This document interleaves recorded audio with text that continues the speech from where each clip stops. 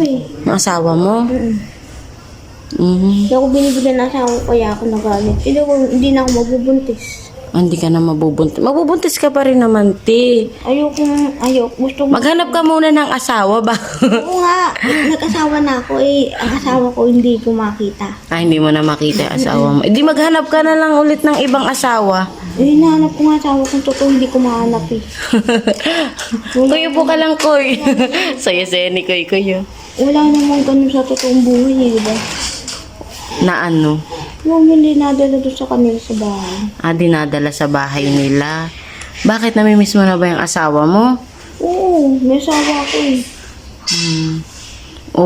Ano ba pangalan ng asawa mo? Juning. Juning. Juning. Eto na si Tasha. Si Ate Tasha. Ang ganda na, ang kinis. Tingin ka dito, ti, para makita nilang kagandahan mo. Diba? Ang ganda.